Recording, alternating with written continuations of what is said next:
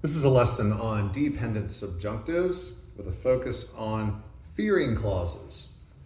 Fearing clauses, these are clauses following verbs of fearing.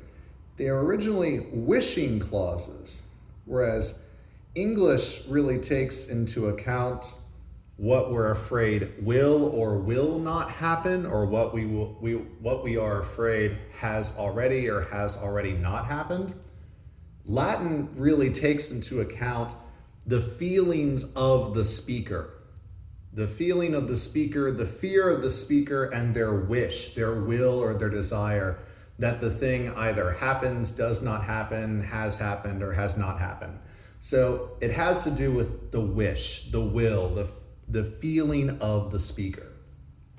You can really see in fearing clauses how these dependent subjunctive clauses used to be independent. They used to be paratactic. That means on the same level as the main clause. Before these clauses became dependent and subordinate, they became hypotactic, meaning they are subordinate to a main clause instead of on the same level. So I'll show you some examples. First off, we have a verb of fearing. Your most popular verbs are timeo, timere, timui, and verior, vereri, veritus sum, a deponent verb. So it looks passive, translate as active. Here's the part that tends to trip people up at first. The conjunction joining, or the conjunction introducing the subjunctive clause, will be nay for what you are afraid will happen. And then the opposite of that is ut, what you are afraid will not happen. And then the clause with the verb and the subjunctive. Some examples. Timeo ne hoc facias. I am afraid that you may do this. I fear that you may do this. Now, you might be looking at this Latin, seeing the ne, and are slightly freaking out because I'm not putting a negative or a ne in my translation. I am afraid, I fear that you may do this. Because, as I said in the beginning, the Roman Latin fearing clause really takes into account the wish or the will of the speaker. So originally, before these fearing clauses became dependent, became subordinate, in older Latin, we have something like timeo, I am afraid, ne hoc facias, where this acts like a negative imperative. Don't do that, or don't do this. I am afraid. Don't do this. I am afraid. May you not do this. This is actually an optative subjunctive. It's second person singular. May you not do this. It is the will, the optative, the wish of the speaker, the person who is afraid that whoever you are, that you not do this. It is the wish or the will of the person who is afraid that you not do this. That means you're afraid that it will happen. You're afraid that it will happen, and you do not, nay, want it to. Don't do this. And that's how nay becomes the conjunction introducing the fearing clause for what you are afraid will happen. It's because you don't want it to happen. It's your wish that this not happen. I am afraid, and it's my wish that you, ne hoc facias, that you not do this. I am afraid that you may do this. Or in more comfortable English, I am afraid, I fear that you will do this. I'm using the future indicative in my English translation, but keep in mind this is the present subjunctive.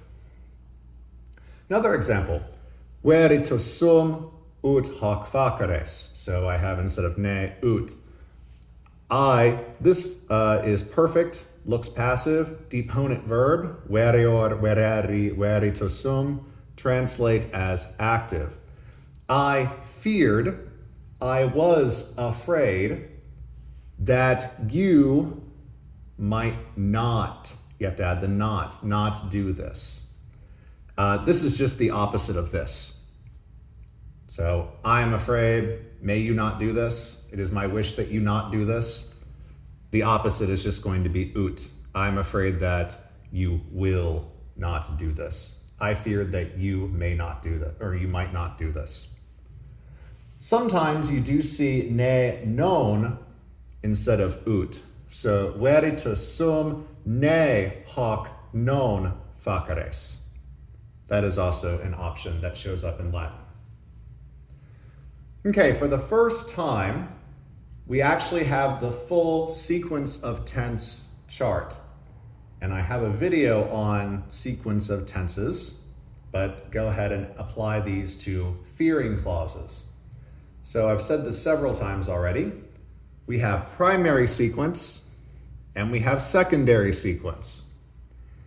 In primary sequence, if the main verb introducing the dependent subjunctive clause is present tense, or future tense, or present subjunctive, or future perfect, or an imperative,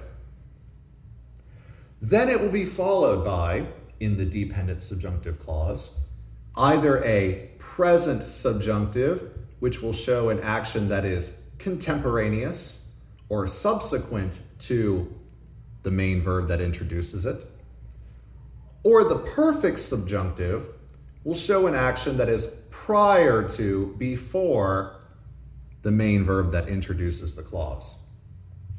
So, timeo, I am afraid, present time, right now. I fear right now that you may do this. Present subjunctive to show an action that is contemporaneous. I am afraid that you may do this right now, that you may do this right now. We also sometimes find the future active participle, so facturus, with a helping verb of the present subjunctive of sum, so sim, sis, sit, simus, situs, sint, if the author really, really wants to emphasize the subsequent, the futurity of the action. So we have timeo, ne, facturus, sis, if we really want to emphasize the future, subsequent nature. Otherwise, authors will use the present subjunctive for both contemporaneous and subsequent. So that is also an option. Timeo, I am afraid that you may do this right now. But check this one out. I am afraid, timeo, right now in the present time, that you have done this. I am afraid that you have already done this. The perfect subjunctive shows an action that is prior to the main verb. I am afraid right now that you did this last week. Feceres, prior action. Think of the same temporal relationship that indirect statements use, that the infinitive uses with the main introductory head verb in an indirect statement.